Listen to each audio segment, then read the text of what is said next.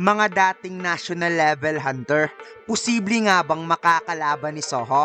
So nabanggit nga ni Chairman Woo Jin-chul ang tatlong national level sa past timeline. Ngayon, pinagtuunan ng pansin ni Jin-chul at ng tatlong S-rank hunter ang pagiging national level upang makuha ni Soho ang isang kapangyarihan na kayang i-convince ang lahat ng hunter na hindi nangangailangan sa pilitang lakas, which is ang pagiging national level hunter na kayang tapatan ang katumbas ng isang bansa. Pero bago ang lahat, pag-uusapan muna natin kung saan nga ba nagmula at bakit nabuo ang national level hunter sa past timeline. Malalaman din natin kung sino-sino ang mga naging kauna-unahang national level hunters at syempre, tatalakayin din natin kung sino sa kanila ang posibleng makakalaban ni Soho sa hinaharap. Kaya huwag na nating patagalin pa, let's go! And please like and subscribe sa ating YouTube channel mga lods at mag-follow sa ating Facebook page. Salamat! Ang national level hunters ay mga hunters na kasing lakas ng buong militar ng isang bansa. Imagine, isang tao lang yan, pero ang kapangyarihan niya ay parang katumbas na ng buong nation army. Nagsimula ang titulong ito matapos mapatay ang pinakamalakas na dragon na si Kamesh.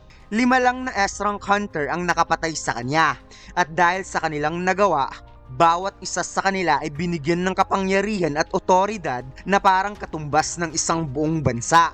At doon ipinanganak ang titulong National Level Hunter. Ngayon, bakit nga ba sila espesyal? Una, mas malakas sila kaysa sa normal na S-rank hunters. Pangalawa, mayroon silang kakaibang ability na wala ang ibang S-rank hunter. At ito nga ang kapangyarihan na meron ng mga monarch at rulers, spiritual body manifestation and ruler's authority. Pangatlo, bawat isa sa kanila ay nakalinis o nakatapos na ng kahit isang S-rank gate, at ayon kay Goto Ryuji, yun ang minimum requirement para matawag kang national level. Yeah, boy. Dahil dito, sila na ang tinuturing na pinakamalakas na hunters sa buong mundo. Nabubuhay sila na parang mga hari na halos ganap na ang kalayaan at halos wala na silang sinusunod na batas o taong mas mataas pa kaysa sa kanila. And later on, nalaman nga natin ang sekreto kung bakit sobrang lakas nila. Ang top 4 national level hunters, mas malakas sila kaysa sa ordinaryong S-rank hunter dahil binigyan sila ng kapangyarihan ng mga rulers, mga makapangyarihang nilalang na lumalaban sa mga monarchs na tinatawag na Fragment of Brilliant Light. Same sa ginawa kay Jinwoo nang ibinigay sa kanya ni Ashbourne ang kanyang kapangyarihan. Sa revised timeline, dahil sa Cup of Reincarnation, muling nabuhay ang titulong National Level Hunter nang si Liu Zigang mismo ang nakakita kay Song Soho na nagpalabas ng napakalakas na kapangyarihan sa isang dungeon break sa India. Pero hindi pa ito opisyal na kinikilala mga lods, hanggang si Thomas Andre ay naging isang monarch at tinalo niya mag-isa ang Apostle of Conquest. Dahil dito, kinilala ng mga pinuno ng mundo na may rank na mas mataas pa kaysa sa normal na S-rank hunter. At tama ang narinig ninyo mga lods, si Thomas Andre ay magiging isang monarch at pag-uusapan natin yan sa ibang video. At hulaan nyo mga lods kung sino sa 8 monarch si Thomas Andre. Please comment down below. Subalit, sa revised timeline nga mga lods, base sa novel, ang bagong version ng dating 4 na national level hunter matapos ang Cataclysm ay hindi na nga pumili ang mga rulers ng tao para paghatian ng kanilang kapangyarihan. Ibig sabihin, ang 4 na hunters na dati ay pinili ng mga rulers ay nananatiling pinakamalakas pero hindi na sila kasing lakas sa past timeline.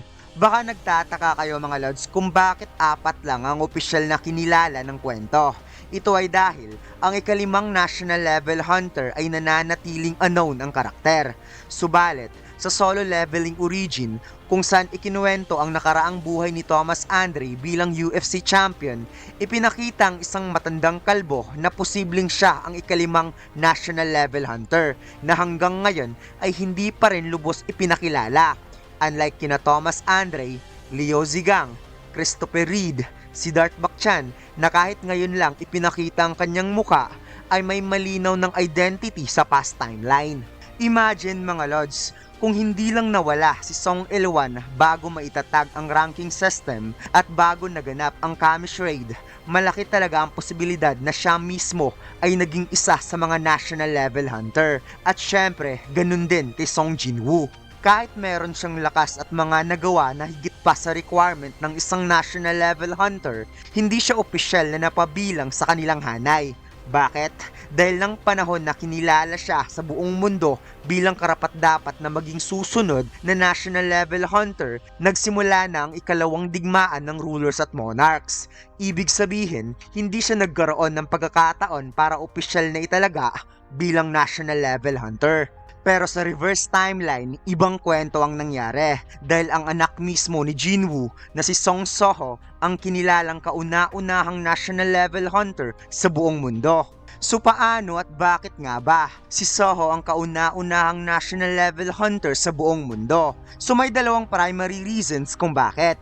Una, namana niya ang napakalaking kapangyarihan bilang anak ni Song Jin-woo, ang Shadow Monarch, at ni Cha Hae-in na isa sa pinakamalakas na S-rank hunter. Ibig sabihin, mula pa lang sa dugo niya, may halong lakas ng monarch at lakas ng isang top tier na tao. Pangalawa, pinakita niya mismo sa publiko ang kanyang matinding kapangyarihan sa isa sa pinakamalaking insidente sa India. Kaya dahil dito, nasaksihan ng mga tao at ng isang iginagalang na personalidad ang kanyang tunay na lakas. Kaya ibinigay sa kanya ang titulo bilang national level hunter. So paano nga ba siya nagkaroon ng public recognition? Pero bago ang public recognition mga lods, ito muna ang una at pangalawang nangyari bago nakamit ni Seoho ang pagiging national level hunter. Una, by receiving Antares Dragon Heart. Matapos matagumpay na malampasan ni Seoho ang tinatawag na Dragonic Trial at nakipagsundo sa kanyang ama, nakuha niya ang Dragon Heart ni Antares, ang dating Monarch of Destruction. Ang pusong ito ang nagbigay sa kanya ng napakalaking power-up. Sobrang tumaas ang kanyang mana reserves, halos walang kapantay. At higit sa lahat, nakamit niya ang nakakatakot na ability na tinatawag na Breath of Destruction, isang ultimate skill na direktang galing mismo kay Antares. Pangalawa, by killing si Darth Bakchan.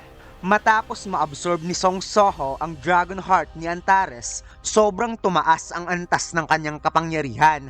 Dahil dito, nagawa niyang talunin at tuluyang patayin si Siddharth Bakchan.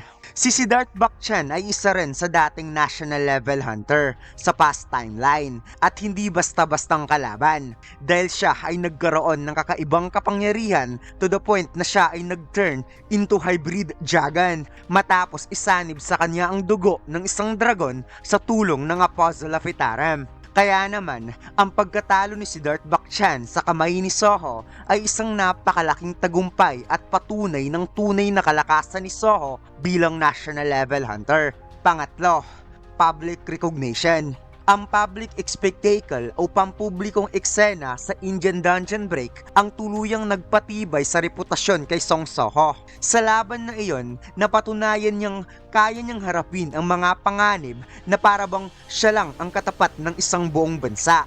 Matapos ang pangyayaring ito, mismong si Liu Zigang na isa ring napakalakas na hunter ang muling nagpasimula sa titulo ng national level hunter at ibinigay ito ng eksklusibo para kay Song Seoho.